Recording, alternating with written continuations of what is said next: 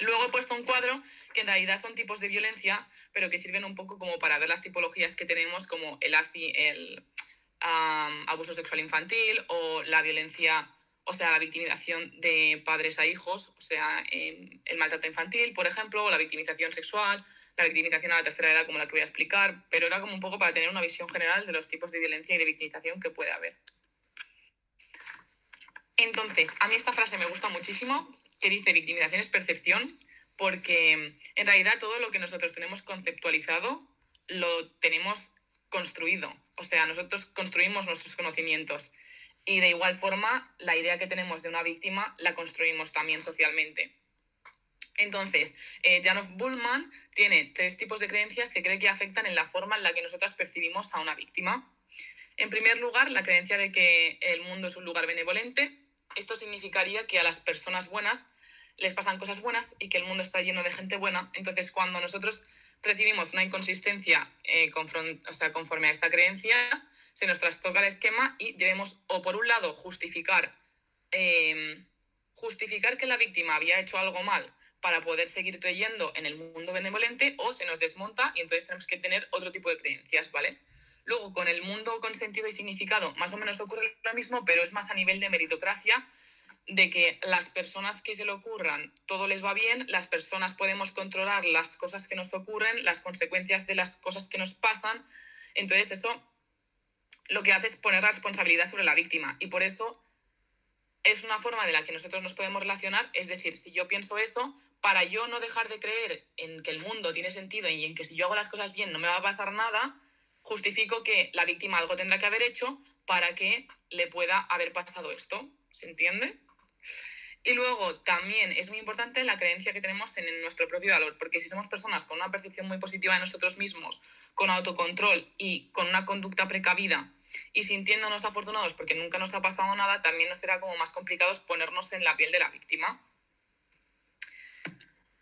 Siguiendo con que la victimización es percepción, vamos con relación a algunos mitos sobre las víctimas. En concreto, hay como 4 tipos de mitos así generales que se refieren a la víctima ideal, que la diapositiva siguiente la explica en concreto. Luego, la víctima provocadora sería una víctima que se supone que ha hecho una participación activa y que, por tanto, es merecedora de lo que le ha ocurrido porque ha provocado la situación. La víctima sacrificial, que al principio era tenía como un término más moral, pero ahora se refiere más al hecho de que han de soportar, o sea, está justificado el sufrimiento que ellas han tenido porque se han visto involucradas en ello. No es como que hayan provocado la situación, pero al final es como que algo funciona así y es un sufrimiento que está justificado. Y luego está la negación de perfiles, que es cuando literalmente la persona víctima no encaja con lo que nosotros entendemos como víctima ideal, que la explicaré ahora. O sea, por ejemplo, un hombre que dice que ha sido abusado sexualmente por parte de su mujer o que ha sido agredido físicamente por parte de su mujer no encajaría en lo que nosotros entendemos por víctima ideal, ¿vale? La definió Christie en 1986, pero es un perfil y una percepción que la verdad es que la gente en la psicología popular la tiene bastante presente. Se caracteriza por ser una persona débil en comparación con su victimario, es decir, una persona que pues quizás no se pueda defender en comparación con la persona que la estaba agrediendo.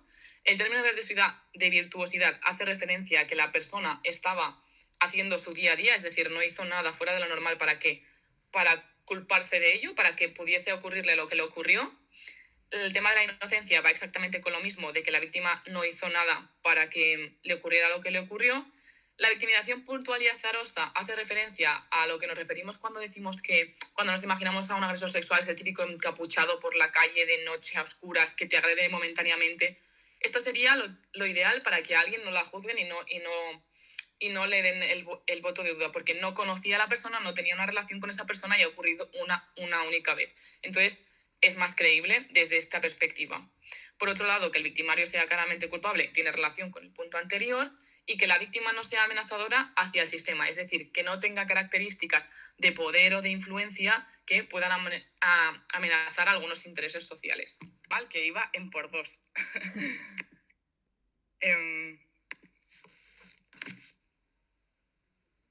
Vale, yo he decidido hablar de la victimización en la senectud porque es algo que está bastante estigmatizado y desconocido a la vez.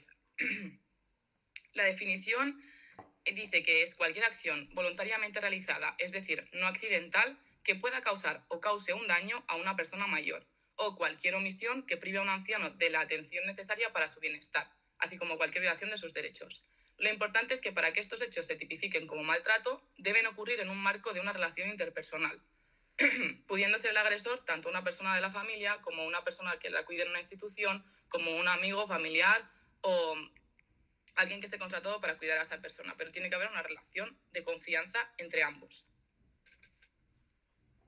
Vale, los tipos de victimización, hay generales que ocurren en todas las victimizaciones, pero también hay algunos específicos. Entonces tenemos abuso emocional, explotación financiera, que como es más específica la voy a explicar unas diapositivas más adelante, el abuso físico, el abuso sexual, que aunque parezca mentira, existe más de lo que parece, y la negligencia. Como he dicho que existe más de lo que parece, tengo un estudio del 2024 que dice que hay un 0,9% de prevalencia del abuso sexual en personas de edad, de la tercera edad, lo que supondría mundialmente 9 millones de personas. Esto sin contar la tasa negra, que se estima en este estudio que podrían llegar a ser como un 19 millones de personas. O sea que pasa bastante más de lo que nosotros nos pensamos. Cuando hablamos de un fenómeno, es importante hablar de la prevalencia. Entonces, os he puesto esta tabla que es del estudio. Es verdad que este es del 2016, entonces habrá cosas que no están actualizadas, pero es para que tengamos una visión un poco general. A nivel de abuso físico, se estima que es entre un 0,2 y un 4,9%, dependiendo del contexto y del país, ¿vale? Todo. Luego, a nivel sexual, en este caso, hay entre un 0,04 y 0,8, o sea que o se ha conseguido estudiar mejor o ha aumentado, porque como tenemos las fechas de 2024, que era un 0,9 a nivel mundial, pues para poder hacer la comparación en el tiempo. Luego está el abuso financiero, que es el que explicaremos, entre un 1 y un 9,2%, también bastante elevado, y el que es más común, pero también más variable en función del contexto, es el abuso emocional, que se estima que es entre un 0,7 y un 27% la variabilidad, o sea, es bastante diferente también dependiendo de cómo se estudie, ¿vale? Porque es complicado. Y luego la negligencia entre un 0,2 y un 5,5%. Vale. La explotación financiera, como comentaba, Kemp y Mosqueda lo que hacen es establecer como unos criterios para la detección y para poder intervenir si te encuentras en esta situación como familiar o como persona que detecta que ocurre esto, ¿vale?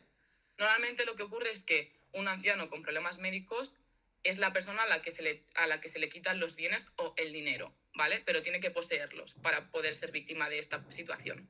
Entonces, una persona con confianza, que no tiene por qué ser reciente, puede ser una relación larga o puede ser una relación basada en la actualidad, pero que hay confianza y que hay un nivel de superioridad en el sentido de que la persona le cuida, la persona le engaña, la persona le intimida para conseguir lo que quiere e involucrarse en su vida.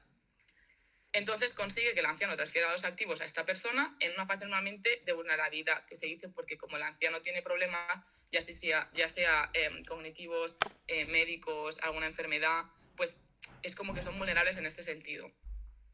Por esto no se lleva lógicamente a cabo ninguna evaluación profesional que valide el consentimiento, o sea, no se evalúan las capacidades volitivas o cognitivas de esta persona mientras está haciendo esta transacción.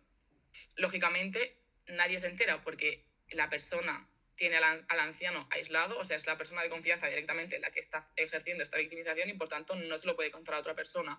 Así que no supone beneficios para él, nadie se entera porque se hace a través de procedimientos no habituales, la persona se ve afectada, la persona, quiero decir, el anciano se ve afectado y el victimario no informa a nadie, por tanto nadie se entera. También ahora veremos los factores de riesgo. Hay diferentes factores de riesgo, ¿vale? Del cuidador, de la cultura y del anciano per se. Entonces, del cuidador, que pueda sufrir algún tipo de... que tengan como relación fuerte, se ha demostrado que sufran trastornos psicopatológicos, pero como podría ser, por ejemplo, que se encontrase en depresión o en estrés esa persona, luego que suponga que estén bajo niveles elevados de estrés. Esto es muy importante justo para este tipo de victimización. Que hayan tenido historiales de violencia previos y por tanto hagan una transmisión intrageneracional de la violencia, y también que tengan abuso de sustancias, las personas que cuidan de estos ancianos. A nivel del entorno social, es muy importante entender que hay bastantes estereotipos negativos que envuelven a la senectud y que, por tanto, minimicemos el problema, no veamos que hay un problema y tampoco se pongan recursos ni protocolos para, en las ocasiones que sí que se llega a denunciar esto, se pueda arreglar de una forma correcta. Esto también es un factor de riesgo a nivel social. Y luego, en cuanto a la víctima, si tienen altos niveles de dependencia será peor, si son personas aisladas, si tienen discapacidad o trastornos mentales, y también si tienen actitudes agresivas o violentas, será más posible que sufran victimización. Estos son, no lo veis, esta parte de aquí son los factores que he explicado, pero como más detalladamente, que como pensaba que no me iba a dar tiempo, no los iba a explicar, pero bueno, están aquí.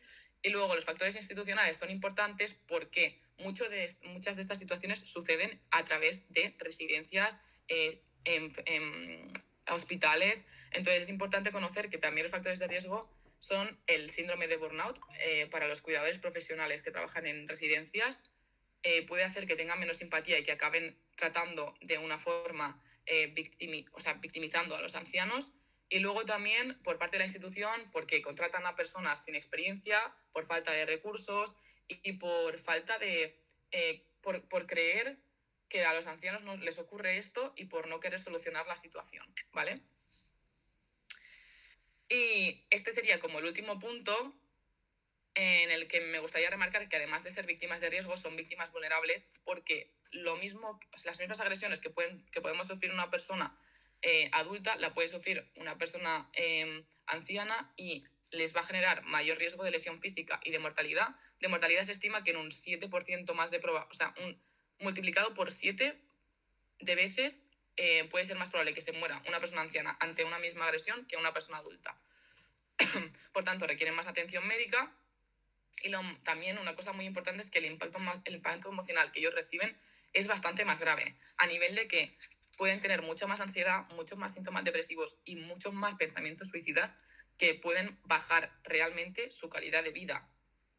Y no solo esto, sino que algo muy importante para este colectivo de victimización es el miedo al delito, que no ocurre tanto en otros colectivos. ¿Esto qué hace? Que disminuya su interacción social y a la vez esto es un factor de riesgo para que puedan ser victimizados. Entonces es como la pescadilla que se muerde la cola. Y me hubiese gustado extenderme más, pero como pensaba que iba a ser bastante corto, ya no sé cuánto llevo, pues si tenéis alguna duda o queréis que explique algo un poco más detallado, me avisáis y lo hago, ¿vale? Estas son las referencias.